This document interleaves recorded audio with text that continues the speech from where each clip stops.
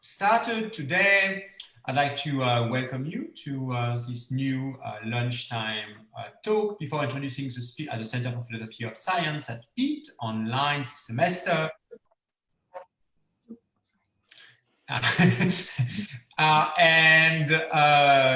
Before introducing the speaker today, I'd like to tell you about the events this week and next week. On Friday, there is no lunchtime talk, but we have the third lecture of the annual lecture series given at 3:30 p.m. by Matt Haber from the University of Utah, who will be talking about the species problem and the no solution. And on Tuesday next week, Center Fellow Nick Fion will be talking about the cogency of arguments involving approximations, again at noon. And on Thursday next week, we have the next episode of the Cognitive Ontology seminar. Instead of Monday, the next episode will be on Thursday, 10 a.m. Eastern Time. And we have two speakers, Brian Bruya and Julia Ass. Again, if you're interested in any of these events, annual lecture talk on Friday, the lunchtime talk on Tuesday next week, or the next episode of the Cognitive Ontology seminar on Thursday next week, please go to the website, check the calendar of the Center for Philosophy of Science, and you'll find links to register to any of these Zoom events. Today, I'd like to introduce our speaker, Ed Slowik, who is a professor at the Winona State University.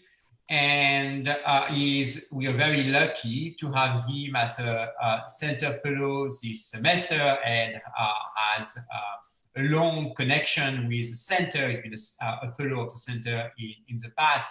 And we were delighted to have him again at the center. We wish in better circumstances, but it's been actually wonderful to be able to interact with him nonetheless for now already 2 months. Ed got his PhD from the Ohio State University, and yet another connection to Pitt, because his advisor was, as I found out, Mark Wilson, my colleague from the Department of Philosophy here at Pitt. Ed works on a range of questions in history and philosophy of science, including 20th century analytic philosophy of science, but has done most of his work on early modern philosophy with a very well-known focus on space and time. But he's got much broader areas of interest and competences, including metaphysics, epistemology, and analytic philosophy. His most recent book is called The Deep Metaphysics of Space, an alternative history and ontology beyond substantivalism and relationalism, published in 2016, which you can find online these days, and is published in all the important journals in the history of philosophy, with, as I said earlier, a focus on early modern philosophy, often Descartes, Hobbes, Kant, Leibniz, and so on. So really a very broad domain of expertise in these areas. But today, Ed is going to be talking about Kant and Marx, a note on Kant as precursor of Marx, we're considering Kant's metaphysical foundation of natural science from a Huyghesian frame. I did my best to get this one right. And the floor is yours. Thanks so much, Edouard.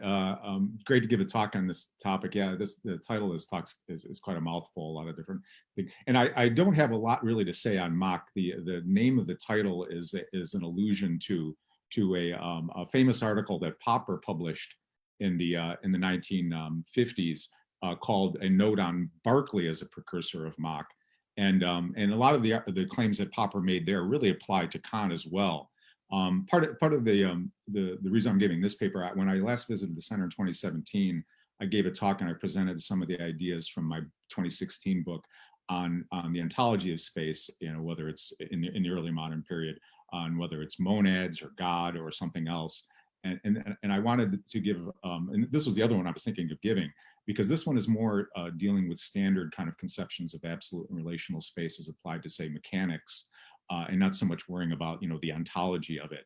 And so I thought this is an interesting question. And also it's a response to my good friend Rob DeSalle, who's taken quite a different position on Kant's relationship to Newton in particular than I will give in this talk here. So, oh, okay, let's see if I can get going. All right. Okay, yeah, now I got it. Okay, so moving along, rough definition of absolute and relational motion, right? That's one of the areas that I've mostly worked on and I'm interested in. Relationism holds that space and motion are mere relations amongst bodies, and that all motion then can only be relative to bodies, not absolute space. And absolutism holds the opposite, right? That space is an entity independent of bodies and motions can be determined relative to space. As I was briefly was mentioning, and I think I suggested a little bit myself, I've been working on the absolute relational debate. You know, how did it come about in the early modern period, or at least evolved at that point, and how should we think of it today? And what do Newton and Leibniz's respective spatial ontology, how do they differ from the standard dichotomy of absolute relationism? Is some of the stuff I published on in the book and since then. And how did the standard dichotomy of absolute relationism evolve in the 18th and 19th centuries? This presentation will explore relationist themes in the work of Huygens, Berkeley, and Kant that influenced development of absolute and relational concepts.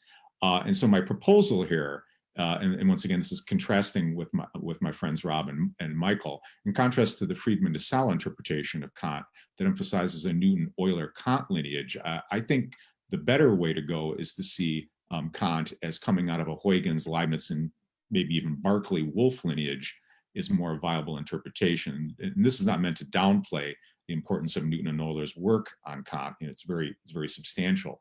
Rather, it's simply this case that Kant's views fit the conception of the Leibniz-Wolff school much better than it does sort of the Newton Euler lineage. My good friends Marius Stan and other people like Eric Watkins have written on the influence on Kant coming from the Leibniz-Wolff school. So this is something that many other people are doing really good work on over the last 10 or 15 years. And so my own contribution is I wanted to show how the absolute relational debate plays out with respect to something which I know you're all big fans of, and I am, that being the center of mass reference frame, something that I worked on in my earlier years. And so in many ways, this is kind of coming back to an old favorite of mine, and how the center of mass frame plays out in terms of relationism. So one of the claims I can make here is one can trace the distinct relationist themes in the work of Huygens, Berkeley, and Kant. Huygens, Berkeley, and Kant accept the mechanics based on relational motion. Berkeley and Kant accept spatial idealism, but it takes different forms for the two. Berkeley in the critical period, Kant reject the type of God-grounded ontology of space accepted by Newton and Leibniz. The last time I was at the center, that third bullet point was the stuff I mainly talked about. Okay, so let's go to Huygens. Huygens is fascinating because in many ways, I think the modern relational debate is due to him, much more so than Descartes. The theological foundations of space is not a factor or only plays a minimal role. That as Huygens' work seems to be closer in the spirit to Galileo, he really wasn't interested in this sort of these, whether space is grounded on God or anything like this. He was really more related to empirical notions of science. But he did take up an interest in relational motion, which he seemed to have gotten from Descartes, although that's a long story in itself.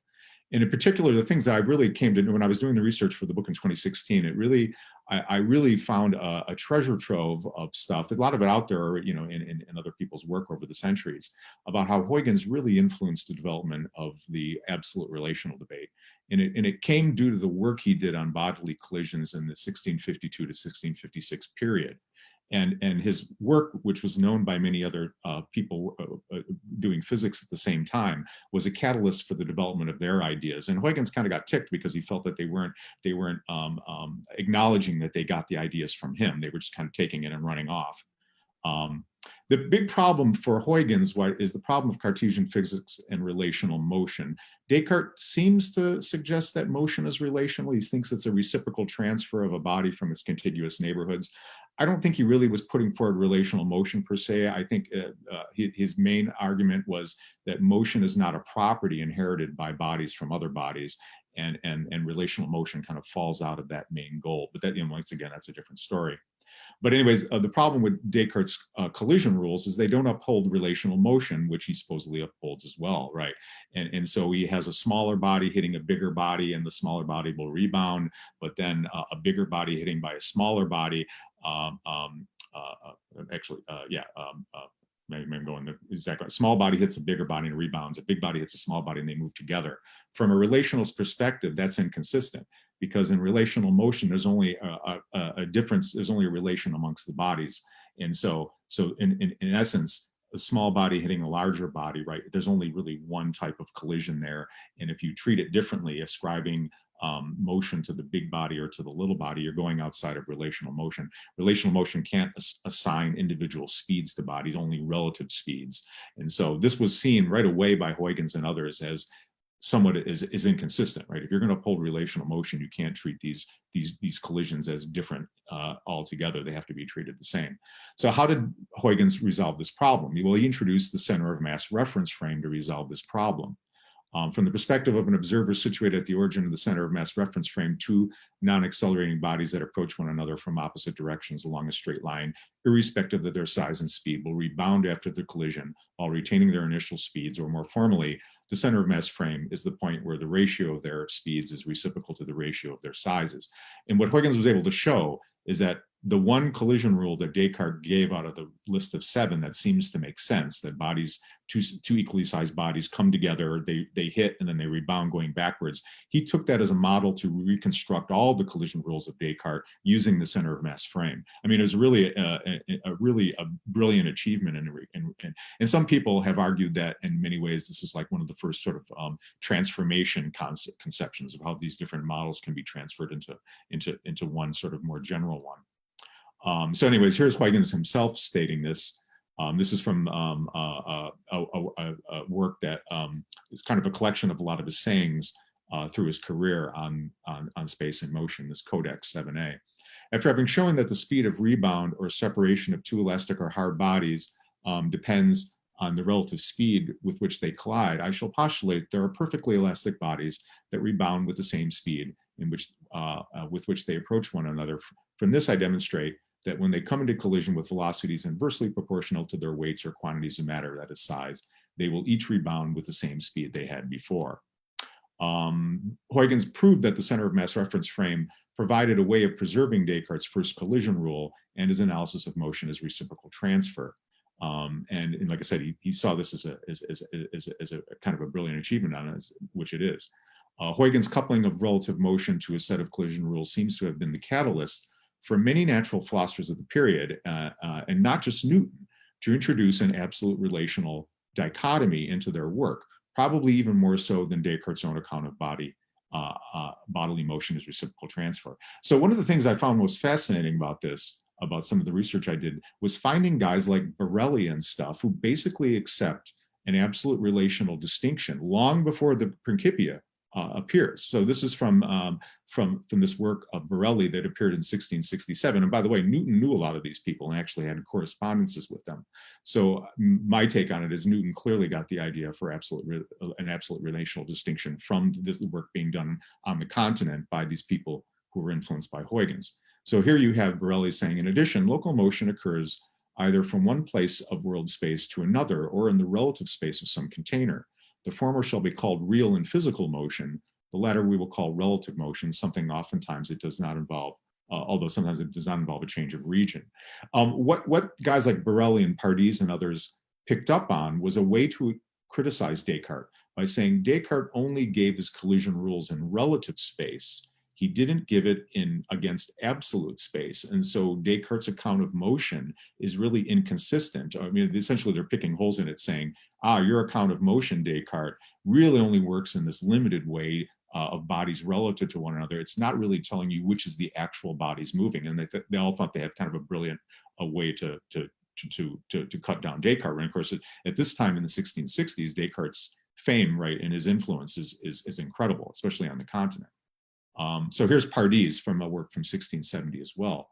I call absolute velocity that which is considered a body compared with the space wherein it moveth, and respective or relative that which is considered in two bodies compared together, by which velocity these two bodies mutually approach. So there's Pardis using the same absolute relational distinction.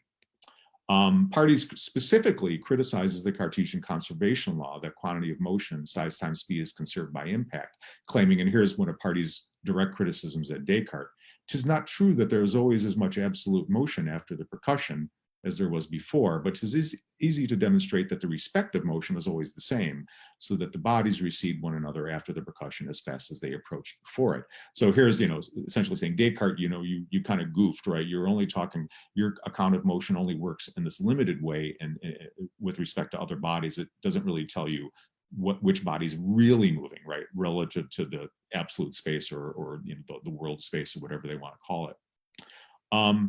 Huygens thought that these guys were making a mistake, because Huygens was clearly in the relational motion camp, and the very fact that they were making a distinction between absolute and relational motion he found problematic.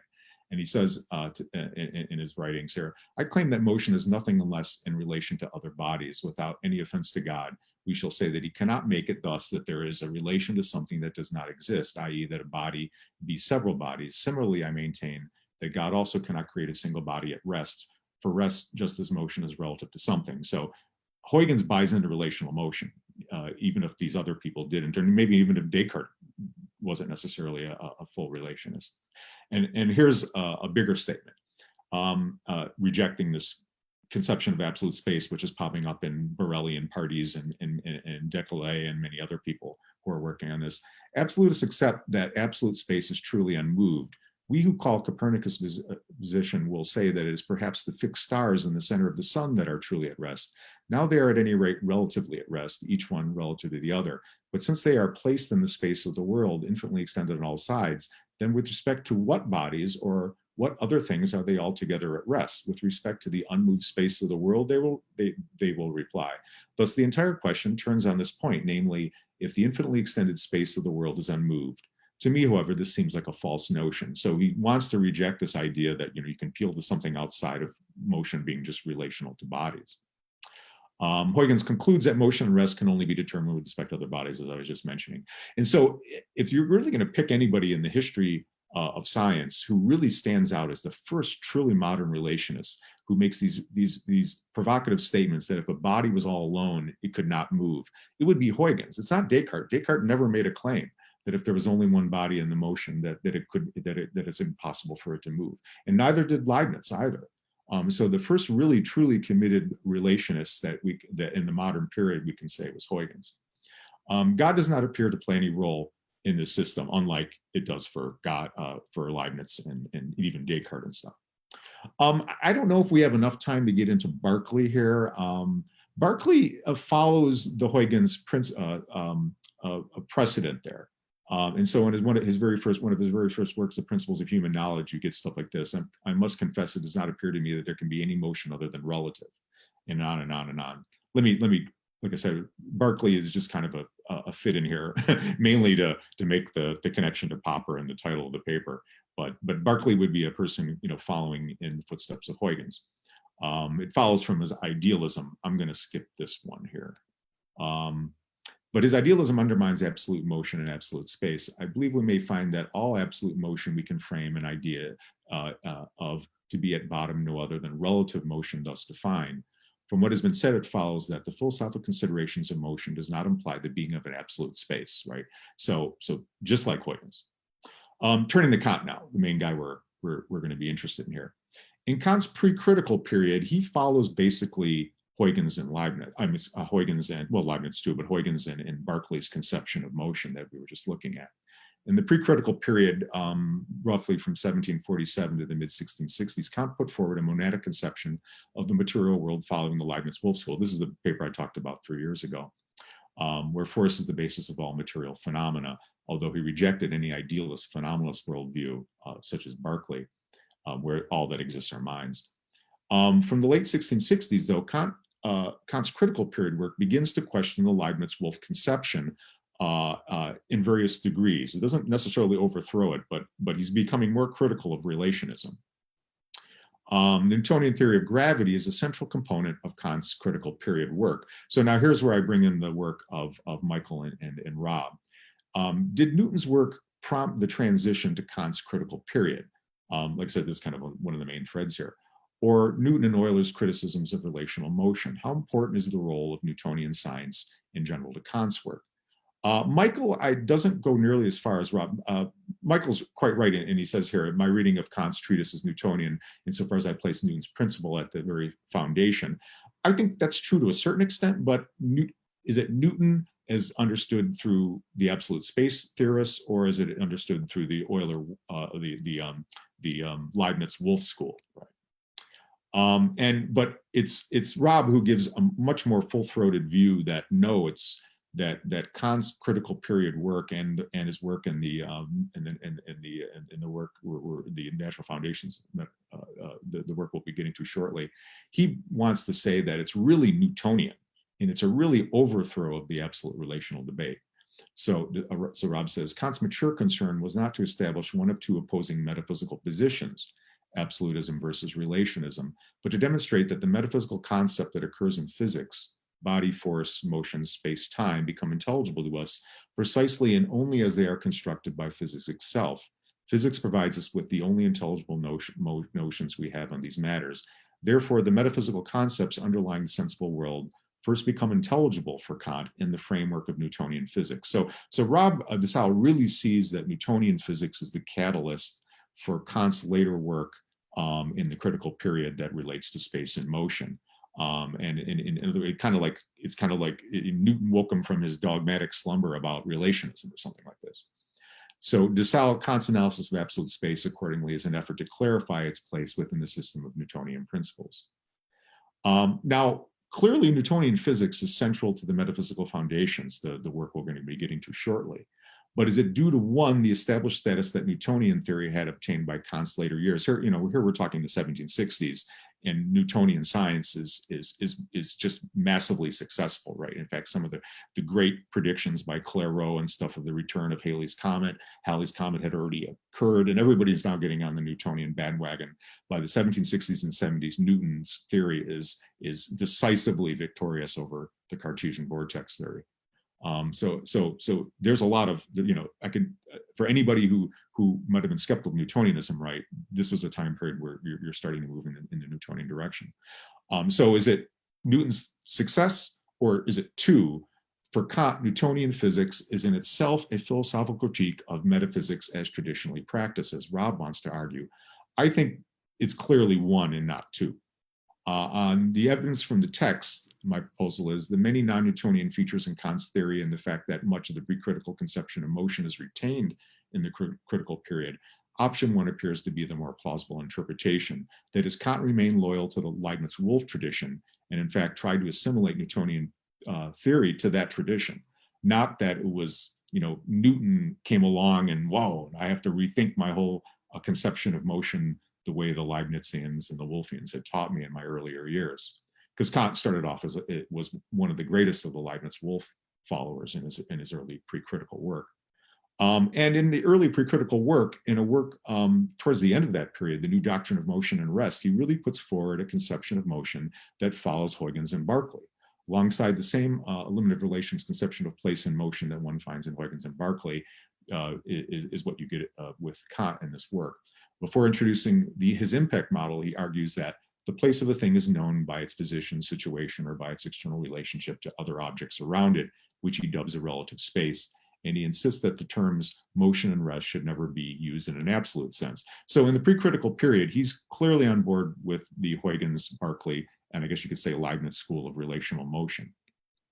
Now let's turn to the work that's in the title of the paper, The Metaphysical Foundations of Natural Science, his most important work on motion and in physics and stuff in the critical period from 1786. So, sort of right at the time he was writing the critique and the second version of it.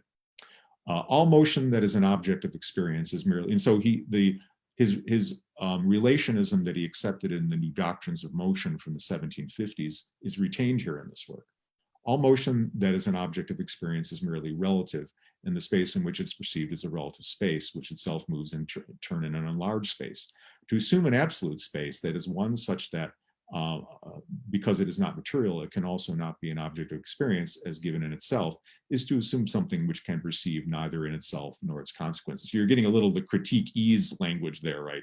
That it's not an object of experience, in that kind of line. But he's still holding on to relational motion in rejecting absolute space.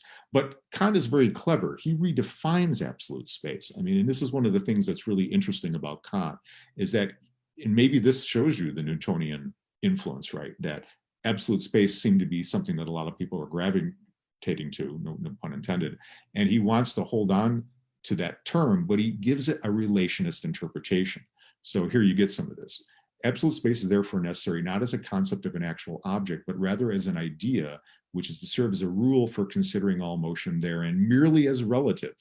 So I mean that is really, I mean, it's kind of pulling an underhanded maneuver there, I guess, you could say, that he's defining absolute space merely as essentially relative motion, and all motion and rest must be reduced to absolute space if the appearance therefore is to be transformed into a determinate concept of experience.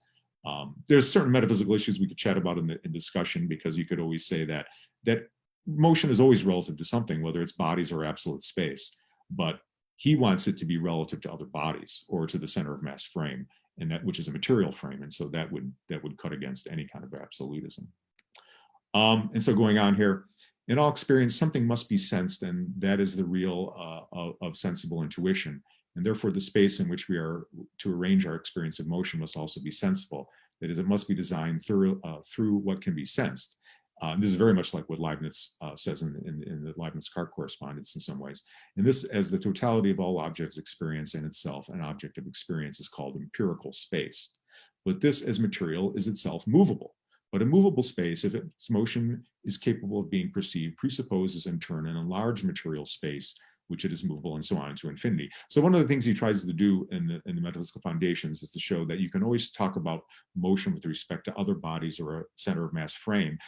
And if you want to include other bodies, then you're just going to make the totality of bodies bigger.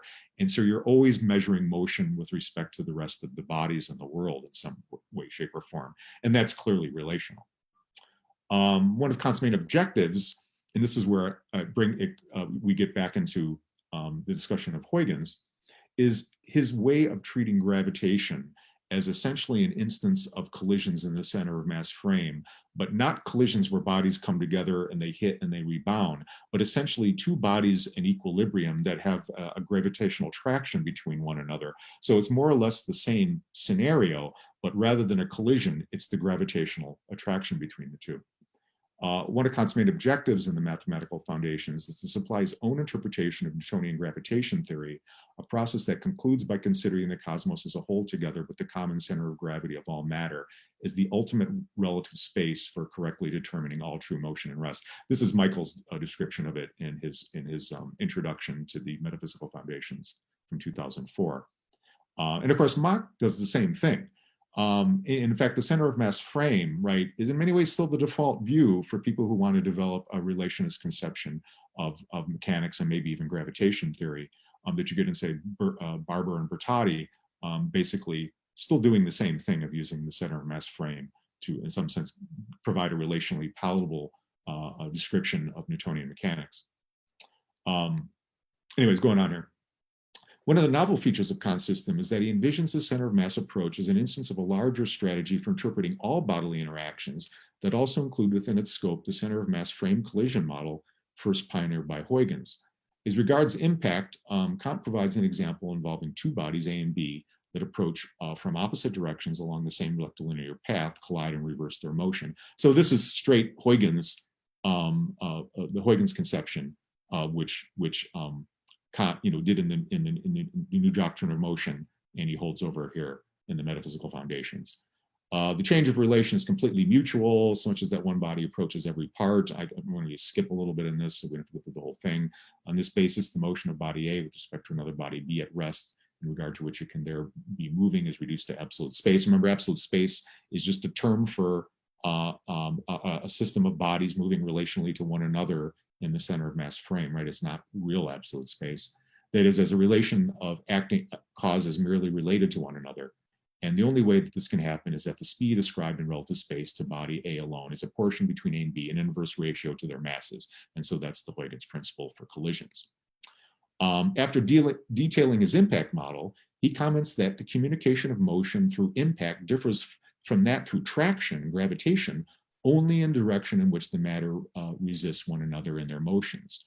So, so basically he's assimilating gravitation to the collision model in the center of mass frame as a way to do it. Now, of course, the center of mass frame is also important in Newtonian science, obviously, right, in Newtonian gravitation theory. But as I will say shortly, it's the lessons that Kant draws from his use of the center of mass frame that puts him in the Huygens, Berkeley, Leibniz camp, not in the Newton camp. But anyways, following up here, it follows then that in all communication of motion, action and reaction are always equal to one another. It's one of the other principles that Kant puts forward. Besides the replacement of, so now how does this use of the center of mass frame for gravity follow in the Huygens tradition? And this will be the next thing. Besides the replacement of absolute space with a material-based reference frame, the relationism inherent in Kant's metaphysical foundations appears in the following ways. One, the individual states of motion assigned to the bodies are perspectival, but the invariance of the relative change in distance among the bodies is emphasized. All motion of material things count as merely relative with respect to one another, as alternatively mutual, but not as absolute motion or rest. So the first point, right, is that motion can only occur between bodies. And so he's upholding that conception. And just like Huygens and Berkeley, he basically says if the body was all by itself, there's no way it could move because there's nothing else that it can move relative to. Two, Kant converts one of Newton's empirical arguments for absolute space via the rotating globe's thought experiment into a form that allegedly upholds relational motion among the material parts of the rotating system. This is really a unique thing that I don't think a lot of commentators have commented on. Newton's idea of the rotating bucket that essentially showed that the motion of the water relative to the sides of the bucket can't account for the inertial forces of the water going up the sides.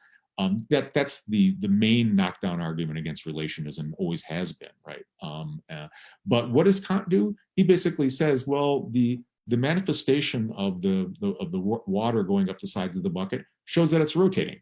So I can account for it, and so I don't have an empirical problem. It's just, it's essentially like he's basically saying I can account for the rotating bucket by just appealing to the forces, and that shows me that the motion of the water was essentially what he's saying here, and make a long story short, is that the motion is occurring relative to other bodies. This would be sort of the line that Mach would give, and therefore we can account for the Newton's thought experiment without appealing to absolute space by just appealing to the motion being relative to other bodies. He doesn't give all the specifics of it, but he lays the seeds for that response. Circular motion, although it is in fact exhibits no change of place in the appearance, exhibits nonetheless a continual dynamical change demonstrable through experience and in the relation of matter within its relative space. For example, a continual domination of attraction in virtue of striving to escape. So he's basically saying we can account for Newton's rotating buckets experiment, but we don't need to bring in absolute space. We can just say that it's an experience we have, and it must be relative to the things that it's moving, relative to. So that line of strategy, which probably there were precedents before Kant, but Kant gives that a big emphasis too.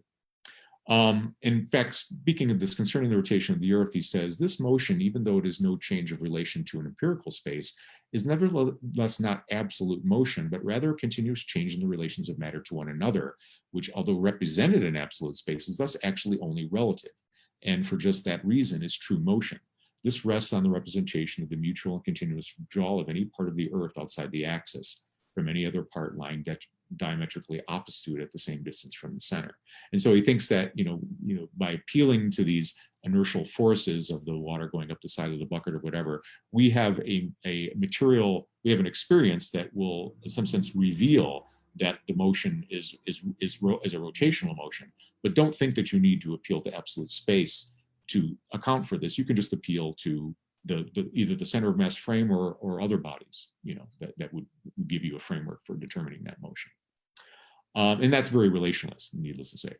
3, Kant rejects as utterly impossible a scenario wherein the entire cosmos moves uniformly and rectilinearly through space. What came came to be known in the modern literature as the kinematic shift arguments, which appear in the Leibniz-Clark correspondence, and likewise denies a potential cosmic rotation, but concedes that it is always possible to think of such a motion, although to suppose it would be, so far as one can see, entirely without any use. So he rejects a kinematic shift, the idea that the whole material universe could be moving through space. And that's very relationist, needless to say. For absolute motion, thought without any relation of one matter to another is completely impossible. So there's another claim that there's just no absolute motion.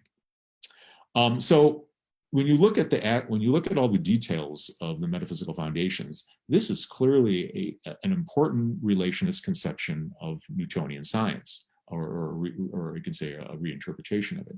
These relationist aspects of Kant's system and the mathematical foundations raise severe problems. And now let's go back to Rob's interpretation. For de Saulles' claim that Kant's mature concern was not to establish one of two opposing metaphysical positions, absolutism versus relationism, but to demonstrate that the metaphysical concepts that occur in physics, body, force, motion, space-time, become intelligible as precisely and only as they are constructed by Newtonian physics itself. Physics provides us with the only intelligible notions we have on these matters. And that was Rob's claim. Nevertheless, the evidence, in this presentation indicates that the non-Newtonian principles played a role in Kant's system at least as important as the overall, gravitational theory of Newton, with his rejection of a uniform inertial motion of the material world presenting the most conspicuous example. Right? I mean, he rejects the idea that the whole universe could be moving through space. In fact, Kant says, to argue against that view, if a body were located outside the cosmos, that is outside, say, our solar system or whatever you consider to be the world, our world is, Kant reasons that the mutual gravitational interaction between the cosmos and this body would shift the common center of gravity of all matter, and thus the entire cosmic system from its place. But then motion would already be relative. So basically saying that that if there was a body outside the world, right, and we were talking about saying, being subject to the gravitational attraction of the world itself, the body relative to the world, that we can model this within the center of mass frame. But since we, with the universe being on one side and the body on the other, but that would then fall within the context of his conception that motion always occurs within the center of mass frame, and that the center of mass frame or the center of gravity frame, you can use either term or can be used here, that this would still uphold relative motion because it's within its motion relative to this material sort of system, this material frame.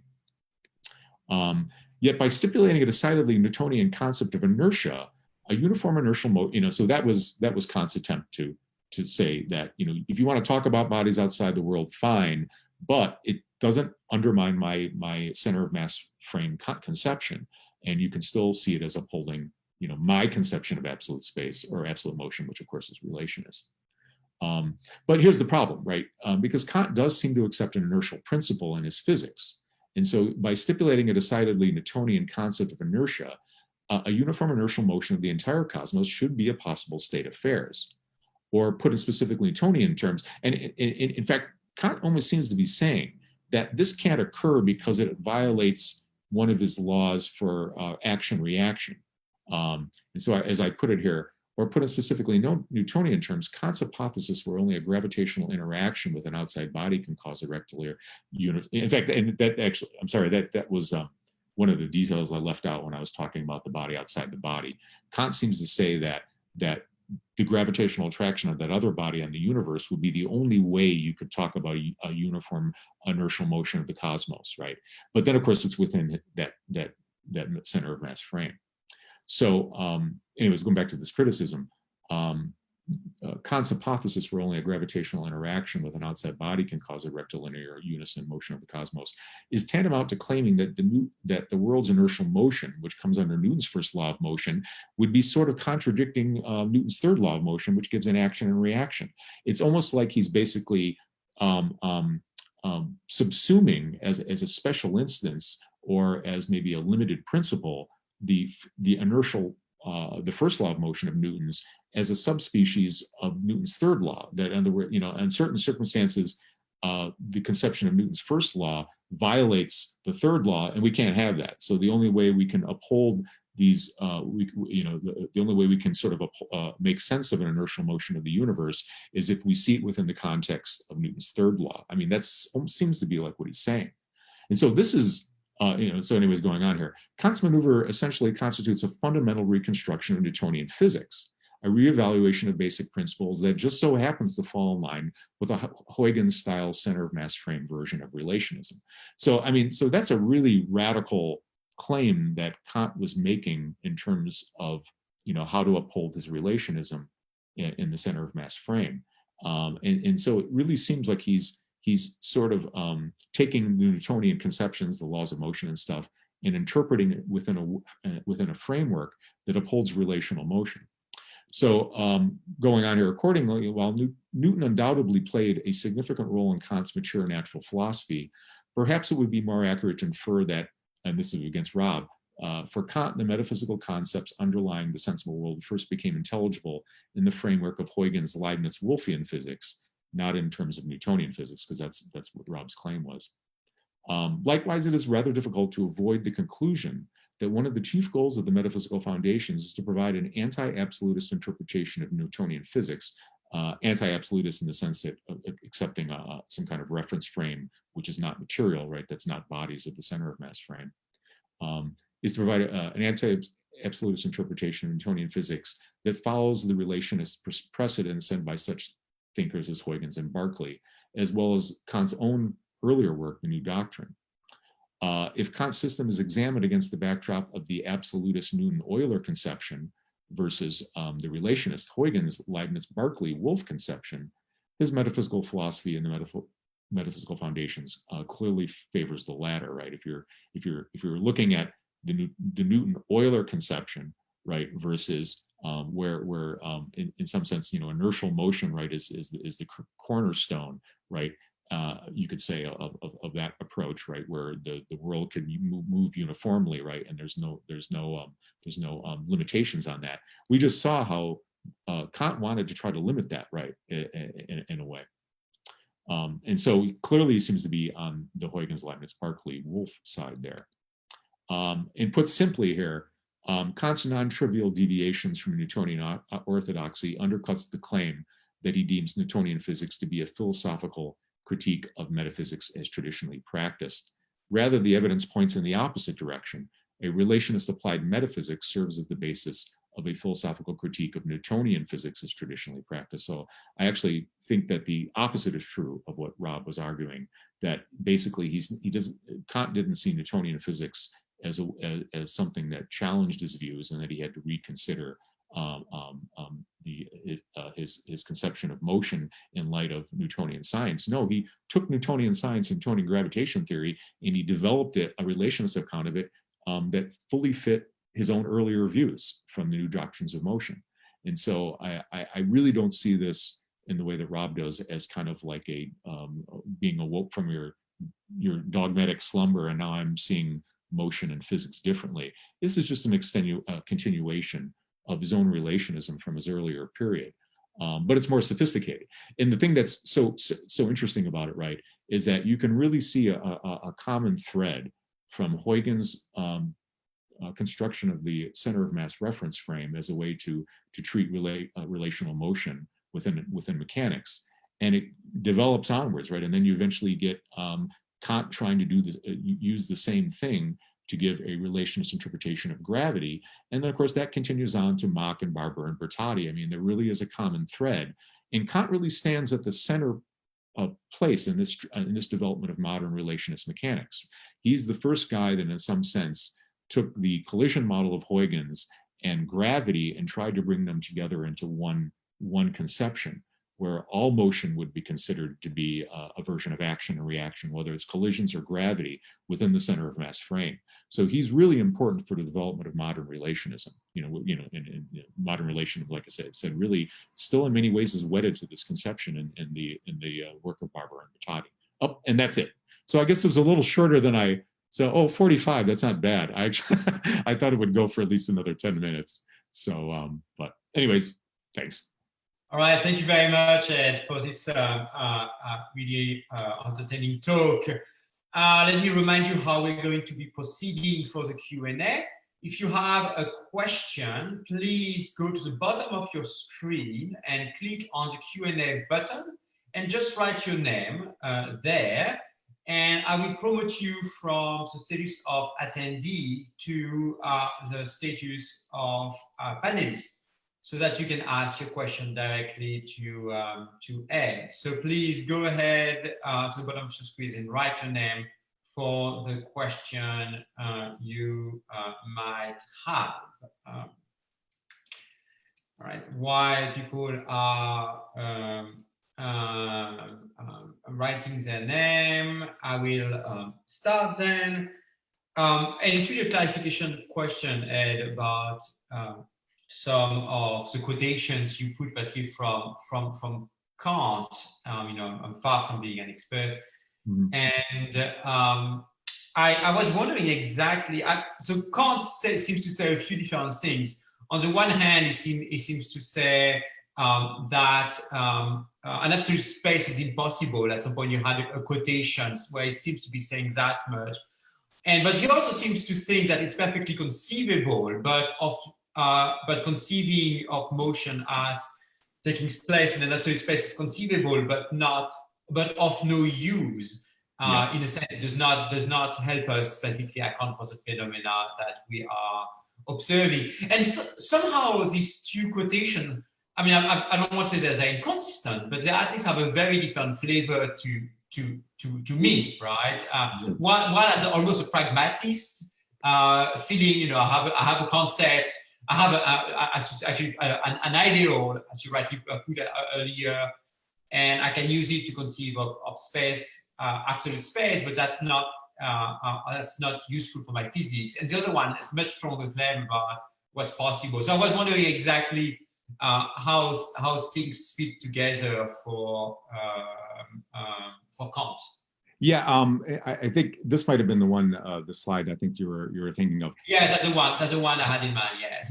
Dealing with rotational motion, it's really an interesting claim there. I think he seems to realize, since the center of mass frame is a rotating frame, in that sense, or kind of allows for it. He wasn't quite sure that he could necessarily reject it completely, but I mean, his line is really weird. He says he says it seems like you could talk about a cosmic rotation, but he concedes it's always you can think of such a thing, although to suppose it would, so far as one can say, be entirely without any conceivable use. Yeah, there is kind of an interesting tension here. And of course, that gets to the heart of rotational motion, which is, as I mentioned earlier in the talk, that Newton's rotating bucket experiment was always seen as the challenge. Both Leibniz and even Huygens and others had thought that there has to be some kind of a way to deal with it. And he dismisses the motion of the universe inertially in a straight line right through space, but he kind of leaves it out here that you can think of this thing, but it doesn't seem to have any useful purpose. I think what he's trying to say maybe is that while you can conceive of it, maybe the argument here is that there's no empirical aspects of it, but that would seem to be problematic, because he's appealing to the water riding up the sides of the bucket to say that, no, yeah, that bucket's really rotating right there. So is his argument then, I'd have to go back now and look at the specific details. I forget exactly his reason for doing this. But yeah, I mean, in short, Edward, yeah, there is kind of a weird tension here. He seems to be allowing that you can think about it, but maybe it's not actual. So it's a conceptual possibility, but not an actual possibility. Would he say that if the universe was rotating, we would see some effects of inertial forces on every body, or maybe he says that you can't ever detect that.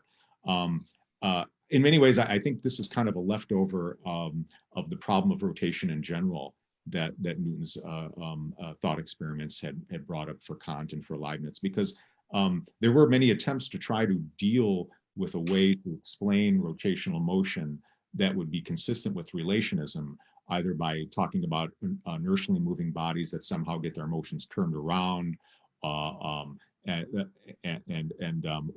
that you can always think of, this Leibniz's view was you could always think of the motion of the particles on the outer side of the body as getting into inertial collisions with the particles outside of the rotating body, and you could therefore frame You can in some sense break down a rotating body into collisions and inertial frames. And of course, inertial frame collisions, right, as we saw through Huygens, was a way to uphold relationism. There was all these different ways to deal with it, but maybe this is kind of a leftover of those uncertainties with how to resolve the rotational motion problem for relationism. That they didn't have good answers, right? I guess would be the one way to say it. So, thanks, Ed. Nick, the screen is yours.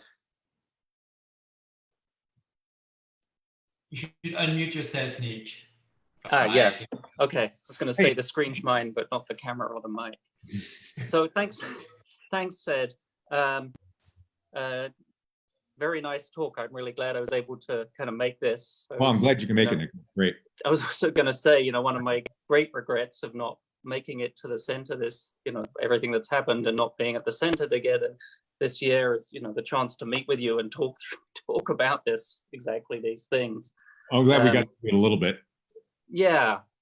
So anyway, this was great and really kind of an education. I especially liked, one thing I especially, not just Kant, but the passages you had from other people who were working on a absolute relative distinction that I didn't know about. That's very interesting. But I did want to talk about, it is the Kant that I wanted to talk about. The passage you had where he talks about absolute space not being an entity, but being an idea or a rule. So in the first place, that reminded me a little bit about some passages from Leibniz, again, about, say from the correspondence with Clarke, where he gives something, what I thought was going to be a similar construction of space in relative terms and talks about that as being an idea. Okay, but to kind of get to the actual question, how do you reconcile, so how can you reconcile, so Kant thinking of absolute space as, as being ideal, how at this period would, is that reconciled with now bringing in metaphysical and physical considerations like the third law of Newton's third law? How is that, how can that play a role if the thing is ideal? I think maybe in the critical period, I have a sort of, naive philosopher's picture of how Kant might address that, but I'm wondering how can metaphysics and physics bear on the ideal at this stage? Yeah, that's a really good question. I'm trying to find this thing there. I think to answer the first thing about an idea, and I'm sure Michael, Michael's great book on this, on the metaphysical foundations, would have a lot more insights on this. But I'm thinking that Kant's probably working with the idea that you get in the critical period of like a schemata, or an idea for, in some sense, incorporating phenomena with a concept, some kind of conceptual, his own categories of understanding, right? That it almost seems like he's giving that interpretation. I'm forgetting all the details now on that, but like he says, it's not an object of experience, but it's kind of like a schemata for interpreting experiences within this. So in that aspect of the metaphysical foundations really does seem to be in line with the critical period, right? That we have these categories of understanding or these ways of applying concepts to experience, right? And so he wants to give that kind of, his own version of idealism, right? Not Berkeley's idealism, but his own kind of empirical idealism, or whatever we call empirical realism on that. And so I think that's part of that. Let me see if this other passage here is not as a concept of an actual object, but rather as an idea which is to serve as a rule for considering all motion therein merely as relative. So that does seem to me to kind of play the critiques game, right, of seeing it as a way. But how does it deal with I think your other part of your question was, how does it deal with the metaphysical issues of like what exists, or if I'm getting that right, like how does it play in, how would this be different maybe from his earlier work, or how does it differ from the issues that Leibniz was concerned about, with whether space was an entity or something like that? I wasn't sure, was that part of what you were asking in the second part of the question? Nick. So I see. I mean, because in the critical period, right, he doesn't want to talk about the noumenal world. So maybe he would think at this point that now that he's in the critical period, to talk about whether space is really an entity or not would be to talk about noumena, the noumenal world, and we can only deal with the phenomenal world as we experience it. Like in his earlier stuff, when he was really a Leibnizian, this is stuff I talked about last center. Okay. It's much more really ingrained in Leibniz's conception, right? Monads are not in, his own monads are not in space, but the interactions of them bring about body and space. And so you get that kind of emergentist picture, right, of space emerging from this non-spatial world of monads. And it's just like you get that in Leibniz, it's even more strongly in the pre-critical work of Kant. That stuff all drops out, right, when he gets to the critical period. And one of the things I really want to go back to work on Kant is some of this maybe come up in the Opus Posthumum, where he talks about fields there and things like this.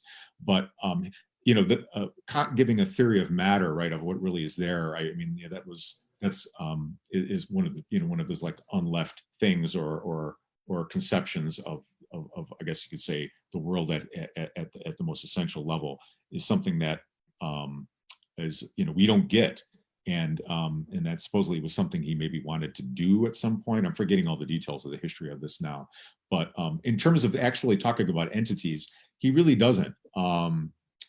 He had the critique he had those criticisms that came up at the end of the pre-critical work, and you get it in the Prolegomena, where he argues that that the as you well know, the handedness problem, right, that space that certain objects like gloves or screws have a handedness, right, to have an orientation, as he uses that as an argument against relationism. But he also thinks that it undermines all sort of metaphysical conceptions of space, and that the incongruent counterparts argument, really proves the ideality of space, right? And so, I don't know, make a long story short, I don't know if he has anything more to specifically say about deep metaphysical issues. So I mean, this was the sort of thought that I have. I think it kind of comes up something like this. Now I have the passage in front of me. Now I'm thinking of space as just an idea, a rule for considering, or motion. Well, if that's all it is, why shouldn't I consider the universe as moving at a constant rate through it, the cosmos as moving at a constant rate through it? Yeah. It's just an idea. It's just a way of considering things. How does Newton's third rule kind of get some bite to say, no, you can't consider things that way? Is it because we're considering the things as relative, and then there would then be a sort of problem because we'd be doing more than just considering them as relative? Is that the idea? So that's the concern. How do those arguments then have some bite if it's just an idea? Especially as I was just mentioning with Edward, where he basically saying you can think of a rotation, but it serves no useful purpose. Why doesn't he say the same thing about an inertial motion of the cosmos? Maybe that's a way to reframe it. And I think maybe because he doesn't have an answer for the rotational motion problem, all of them were trying to get a way to do that would uphold relationism without admitting, in some sense, some kind of inertial frame or so. But I think his main issue is his goal is, I want to use the center of mass frame to resolve these problems. And so if you're going to talk about an inertial motion of the world, it can only be if there's another body on the end and we can put it in the center of mass frame. But then, of course, the motion of the cosmos and the motion of the body would be within the center of mass frame, and that's relationism. So it almost seems like it's a strategy for him to resolve the problem, which of course came up so importantly in the Leibniz-Clarke correspondence, when Clarke criticizes Leibniz, saying, why couldn't the universe move through the world, right? And he's saying, well, I have a way to say, yeah, we can talk about that, but it's still relative because the motion is being on the one side of the frame is the universe, the other side is the body, and they're falling within the center mass frame. But why he wants to say we can't have an idea of that, I'm not quite sure. And like I said, it's what he means, what he meant in the rotating case, that you can have an idea but it doesn't serve any purpose. It's a difficult issue to crack. It's unclear why he's willing to make that concession there and not in the case of the uniform motion. I'm not sure if that's helping at all.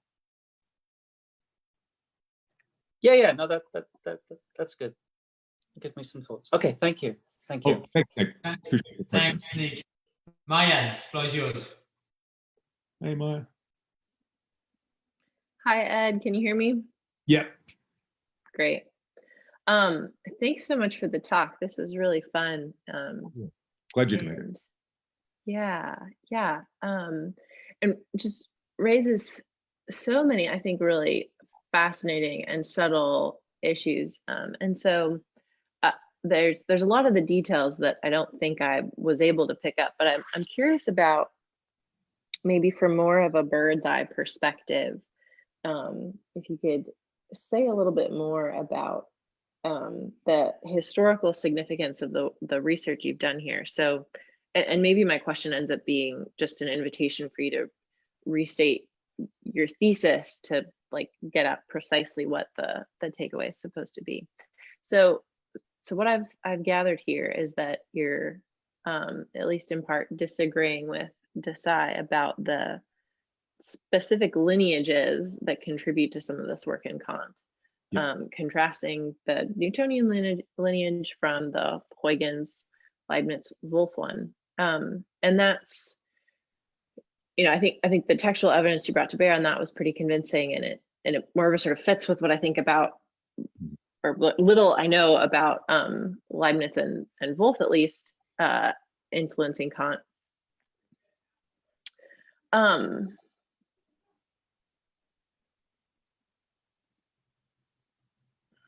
But it's obviously not that like one of these lines of influence is accurate and the other is inaccurate or totally non-existent. So how do you either resolve that tension in the details, like what is the appropriate like line to carve around the Newtonian influence? Yeah, that would be consistent with your view. Does that? Yeah. I think I was just saying, how did Newton's influence, how does that factor into Kant's work, and really, what is the? I guess you could say, how do you resolve that issue while showing the importance still of Huygens and stuff?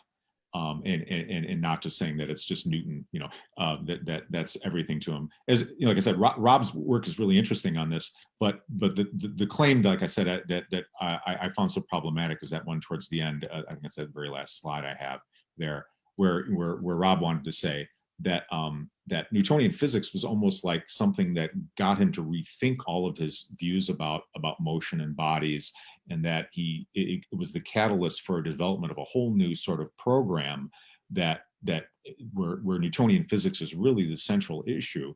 And my take on it is that no, he's just doing the same stuff he was doing before in the pre-critical period, because those ideas I mentioned in that work, the new theory of motion, I'm forgetting the name of it now, from 1758, has more or less the same relationist conception of motion. It's just now he's giving a more sophisticated view of it that isn't just impact anymore in the center of mass frame. It's also gravity is incorporated in that conception. But also, the thing that's interesting is that he's bringing in all those ideas from the critique about a schemata for the understanding for how we can construct, in some sense, a frame that will uphold his conception of relational motion. And so and I should mention too, by the way, that other scholars have talked about the relationism inherent in the new foundations. And so, this is not something that's new. My main thing was to show how, in particular, you can really trace this line from Huygens and using the center of mass frame through Kant going forward, and that this is a long lineage of relationism that uses the center of mass frame as a way to model essentially Newtonian mechanics in a relationally palatable way. and to think therefore that it's outside of that tradition, which is maybe what Rob was saying, or that maybe Rob was thinking that at this point Kant was kind of forsaking his Leibnizian Wolffian heritage and all this stuff, and clearly he in this kind of maybe following up with the discussion with Nick and Edward, is that clearly he doesn't want to play the metaphysics game in the critical period, right? I mean, it was Hume that woke him up from his dogmatic slumber, not Newton, right? And in the impact of the British empiricists really made him want to do, my take on it is he really wants to do metaphysics now within an empirical framework, so I almost see the influence of the critical turn, right? His own Copernican revolution, and as being is important to the content of the new foundations, this work that we've been investigating from 1786. I see that as is just as crucial as, if not more so, than the influence of Newton. My own take on it, I think I mentioned that one slide, is by the 1760s, Newton was just, he had won the day. I was mentioning when Clairaut predicted the return of Halley's comet like 2 years ahead of time, I think it was, and he gave like a 4 to 6 week period that when he made this prediction that you're going to see the comet in this thing using the Newtonian theory, right? That was seen by many people as the last coffin in the nail of Descartes' vortex theory, and that you just couldn't take Descartes seriously anymore because look at the things you can do with the Newtonian theory. Now everybody was still debating about how should we think of it? Is gravity really an essential property of matter? Is it still some kind of fluid?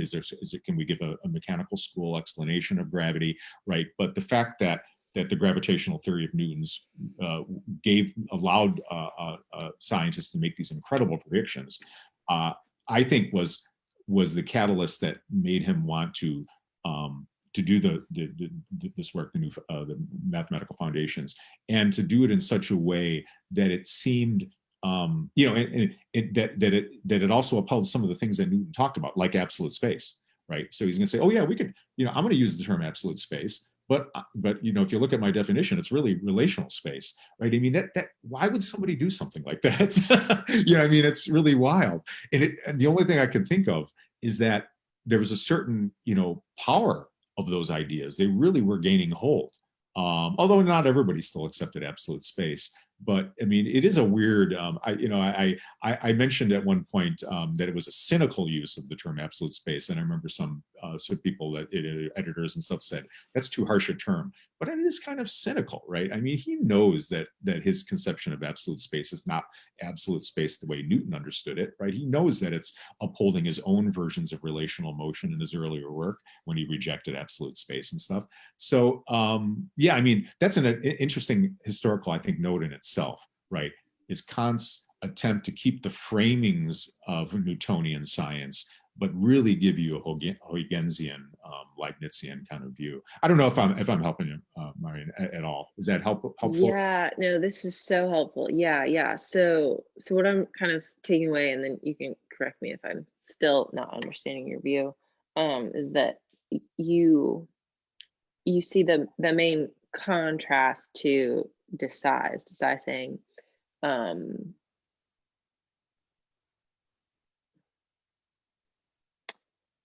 the Newtonian influence in Kant like sparks a revolution in his thinking in like deep and profound ways. And you're saying instead the like broad and perhaps foundational framework of his thinking remains the same. Yep. He's true to his roots. Yep. And in response to the wide acceptance of Newtonianism and its own just perhaps merits on itself, not just its popularity, he wants to find ways to incorporate it within the project he's already doing, but it's this incorporation rather than a revolution. Okay, that does it. Yeah, I think that's a good way to put it. He's incorporating the successes that Newtonian theory is increasingly getting, right, especially in the second half of the 18th century. It's really becoming a successful theory and doing all this great work. And I think he feels, well, I really need to bring this in, and especially the view of gravity, into a conception, but it upholds his sort of committed relationism in that regard, in that sense. But the other things I was going to mention, and Nick brought this up too, The things that I found fascinating, and this stuff is out there, right? If you find it, is that, there is this view that Newton invented absolute and relational space. But when you read Pardis and Borelli and stuff, you're like, no, these guys have that distinction. In fact, they're talking about it, and they're saying Descartes doesn't get it right. His conception of motion is only relative motion. It doesn't really tell us if the bodies are, how they're really moving relative to absolute space. And Huygens comes around and says, oh, don't talk that way. There is no absolute space. I mean, you really have a well-developed arguments between a lot of the main people working in science, in the 16th and 16th and 70s, long before Newton comes along.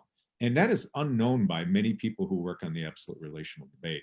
And absolute relational conceptions go all the way back to the ancients, right? There's evidence in the medieval period. You see people talking about ens absolutum, ens respectum, and things like this, right? But it's always more metaphysical. It's more dealing with like God and stuff like this. It's not really related to mechanics. In many ways, Huygens really, I think, is the guy that took this kind of vague absolute relational debate, which was somewhat theological, somewhat just basically superficial and visual, and made it a central issue in mechanics, right? Which is how relationism has survived to this day, right? It's, can we make a consistent mechanical system or develop laws of physics and stuff that uphold relationism, or can't we? And Huygens really that's really one of his great achievements in terms, he really modernized the absolute relational debate in many ways through his work. And Newton just basically picked it up, right? Because Newton, if you look at the discussion of absolute relational space in the Principia, it follows exactly how Pardis and Borelli and those guys kind of laid it out. And so he's just basically taking their, and like I said, we know that he actually had conversations with some of these people in his earlier years. So clearly he must have heard about these works, or maybe even read these works. Some of those works went through many, Pardis' work and Borelli's work went through many editions. And so they must have been widely disseminated on the continent and elsewhere. And so that was one of the things that I found really fascinating, that there, it's this, against the kind of, the great people of science that came across and invented all these things out of the blue. Usually you find that they have these ideas were around and they're just kind of adding their own 2 cents to it. But anyway, sorry, I went off on a tangent. No, that's great. And that's, yeah, I was really glad to have some of that prehistory notion. If there's time for another little follow-up, I'd love to ask another question. Unless somebody's in the queue and but I think we got. Yeah, Marianne, do you want to stay here, and after Elliot has asked this question, I can come back to you? Yeah, sure. Okay, great. Elliot, the floor is yours. Hello? Yes. Okay. So thanks, this is really interesting. I've been thinking about your response to Ed's question and the asymmetry between conceiving of the rotation of the universe as opposed to its uniform linear motion. And there are 2 things that have been standing out to me, and I'm wondering how what you think of them and how it fits in with your broader argument. Okay, so first in the remark to proposition 2 of the phenomenology, right?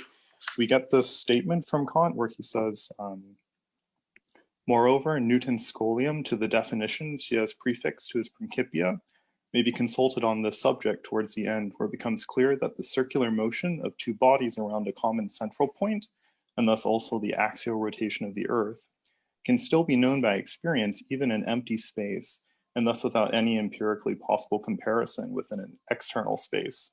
So that a motion, therefore, which is a change of external relations in space, can be empirically given, even though the space is not itself empirically given and is no object of experience.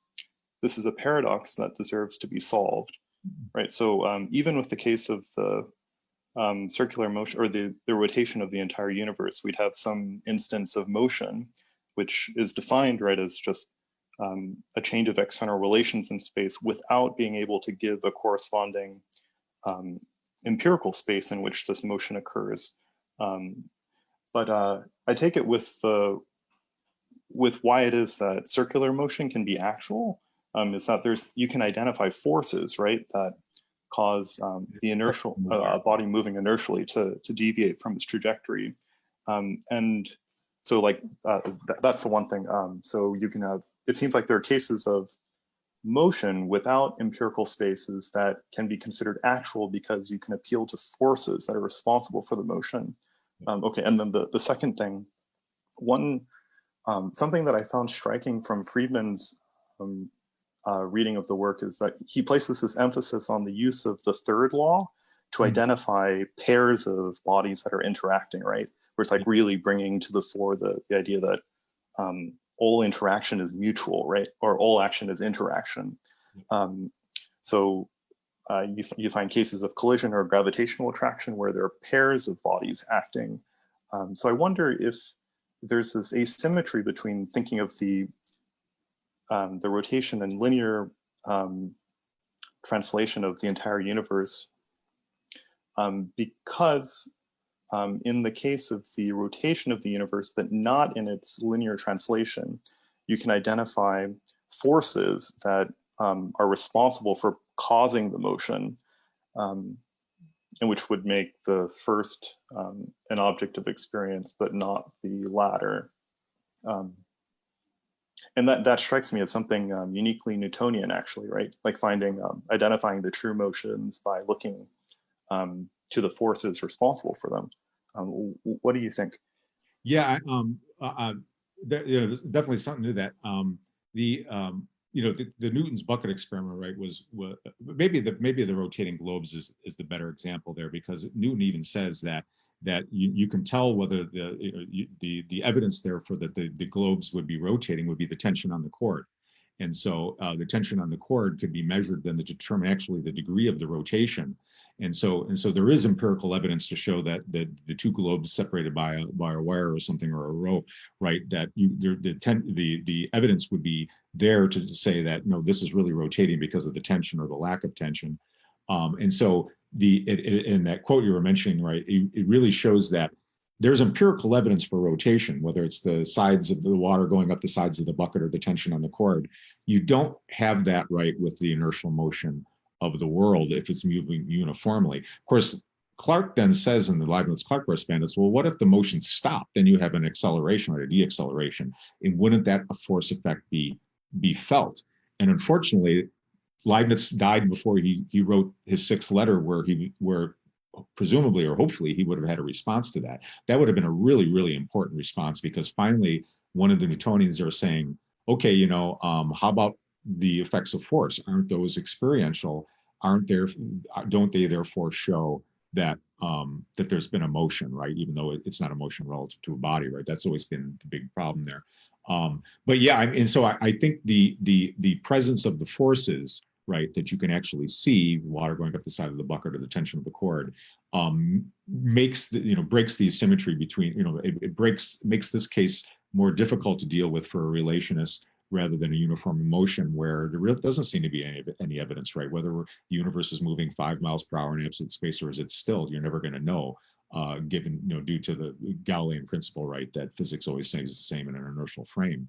But in the rotating case, right, we do have the evidence for it. I don't know if Robert, that's or Elliot, if that's addressing the concern you were mentioning, or if I'm tracking it. But that also might be the reason why he allows for circular motion to be possible but not useful, whereas he really wants to reject the idea that the uniform motion of the world occurs at all, unless it's within that sort of framework of the center of mass frame, where you put the universe on one side and the body outside the universe on the other side, and therefore talk about the motion of the universe coming together due to gravity, right? That's the only way he'll say that you can talk about a uniform motion of the world. Maybe it's because the rotational motion issue was still such a big problem, and nobody seemed to have a really good answer for how to deal with it. Whereas the other one they just kind of dismissed. So, but I don't know if I'm close to answering your response or your comment. But there is something to that, definitely. All right. So, sorry, go ahead. Go ahead, Elliot. Briefly, go ahead. Okay, yes. So the brief follow-up then is, So if the identification of forces is the key to finding true motions, does that tilt the scales towards at least some?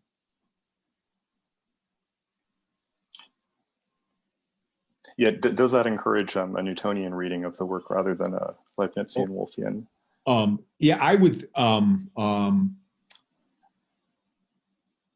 I think he sees it as a problem to resolve through relational motion. One of the things I should mention is that he tried to give a story about how you could take straight line inertial motions and how they could possibly be turned in a way to allow for rotational motion that would account for the force effects, but it still would be seen as individual inertial motions. This was in Huygens tried something like this. Leibniz toyed with some ideas too. I would say that they were trying to solve or trying to figure out a way to explain relational motion in a way that wouldn't uphold absolute space. And so that was a problem left to be resolved. And it still is a problem, right? Even in the Barber-Bertotti models, they can recapture Newtonian physics, but they have to assume that the angular momentum of their system is zero. So, I mean, this problem has never left. I mean, in many ways, you know, Newton didn't invent the absolute relational debate, but he came down with clearly the most problematic issue for relationism, which has never been resolved, right? And it's the biggest knock-down, drag-out argument in the whole absolute relational debate is the rotating buckets and the rotating globes thought experiment. So I would say that it still shows that he was working with a Huygensian frame, right, and working within that relationist system. It's just like everybody else, they couldn't figure out an answer to it. You know, if that's what you're asking, does the evidence of the rotating bucket maybe what you're saying, does that side with Kant being more Newtonian or more relationist, you know, non-Newtonian? I think it still fits the non-Newtonian model because everybody's trying to figure out that problem. So, but it does show that rotation is a big problem for relationism, and maybe relationism doesn't work for that very reason. Maybe the Newton had his finger on the problem with relationism all along, and he's actually indicated why it can never be successful for really complicated systems that don't have zero angular momentum, you know, things like that, you know. Thank you. All right. Thank you very much, Elliot. Marianne, the floor is yours for the last question, and then we'll be done for the day. All right, great. I just wanted to follow up with another kind of bird's eye view historical question here. I'm curious if you could say a little bit more, if you've looked into this, on the role of Wolff in this lineage. I mean, I think of Wolff as this like great synthesizer who draws from all sorts of places and finds ways to get things to sort of play nicely together. And so I'm curious if in this particular line of thinking that you're interested in and tracing the influence of Huygens especially, is Wolff's role here largely as like handing off what, you know, taking Huygens and handing it off pretty incomplete, or is there more important sort of historical work done there at Wolff's stage to develop or synthesize with other ideas that's a big part of the story here for Kant? That's a really good question. Wolff is a guy I want to get to know more about. I think it is sort of in that way you put it, that he really hands off. It's really more of the Leibnizian tradition that he hands off to Kant. He does, if I recall, have a conception of relational motion, but he probably gets it more from Leibniz. So his knowledge of Huygens' work or whatever, and actually the knowledge of a lot of these people of Huygens' work, is unclear because Huygens was not a philosopher, right? He was really working on physical problems, and of course, so was Leibniz, right? And they corresponded and all that. And so he was a big influence on Leibniz. But Leibniz did everything, right? He was a great scientist, great mathematician, as well as being a great philosopher and metaphysician. And Wolff seems to be more in the metaphysician camp. But all those ideas about action, reaction, which you get in Leibniz, right? I mean, they're obviously in Newton's third law, but they're a central aspect of Leibnizian views. I mean, they're really in some way a central aspect of Descartes' view as well, right? That gets all kind of taken over by Wolff, and he develops his own view, and is handed off in some sense to Kant. Kant's very first work, I forget what it was called, from 1747, is straight up Leibniz-Wolff monadology, and it's an amazing work. And in the last talk I gave a couple of years ago, when I talked about space as emergent, and I gave the other story about Kant and about his the physical monadology and the other early works of him, and how he sees essentially space and body as arising from monads, which are non-spatial, and that stuff I really love in Kant. That stuff is so much fun, and it's written without the horrible language that you get in the Critique, which is so fussy and so difficult. It's much more engaging and light and easy to read. And so Wolff, I think his importance is that he keeps, I think, a lot of Leibniz's ideas and metaphysics alive and hands it off to a young Kant. And like I said, when you read some of that early Kant work on the physical monadology and the other works, he is one of the greatest Leibniz-Wolffian advocates. Right? We always think of Kant in the critical period, but his earlier work, I think, is the best work done in the Leibniz-Wolff school. And it is really interesting, and it has so many venues for development. And when he gets to the Critique, that stuff kind of falls by the wayside, although maybe in the Opus Postumum period, he's starting to toy with it again. But that's late in life, right? And it's all kind of sketchy. But yeah, I mean, and so the Huygens, Leibniz, Berkeley, Wolff, that thread has many curves to it, because Wolff really isn't so much in the Huygens center of mass frame. And I'm not even sure if he necessarily developed that idea. But Kant knew everything, right? He knew a lot of the work done earlier, and he knew about the center of mass frame as it was developed by Leibniz and others. And so he probably got that more from other people outside of Wolff. But I'm not really sure. I don't know all the ins and outs of Wolff and what he really taught or what he did. I think that's a really area ripe for investigation, is the Leibniz-Wolff school. I know there's a lot more work being done on it by Watkins and a lot of other people over the last 20 years. But I bet you we'll find out more about Kant the more we learn about the Leibniz-Wolff school, because I really think that Kant, to his very last days, never gave up on various Leibniz-Wolff conceptions of the world, despite what he says in the critical period. And the evidence for it is the metaphysical foundations, right? I mean, this stays true to his conception of relational motion and all that stuff that you get in the pre-critical works. All right, I think we will stop here for today. Thanks, Ed, for this excellent talk, and thanks all for the lively and interesting Q&A. Thank you. Questions were great. Really loved them. Wonderful. And we'll see hopefully many of you on Friday at 3:30 p.m. for the talk by Matt Haber, and for the next lunchtime talk next week at noon. Have a good week all, and see you soon. Bye.